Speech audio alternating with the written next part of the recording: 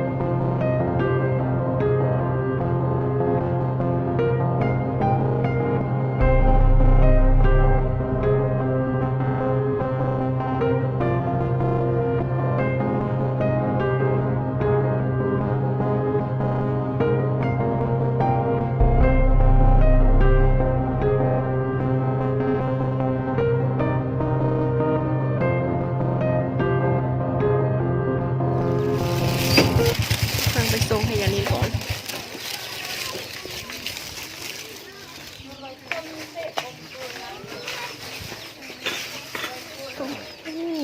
ยานินของยานินหนึ่ง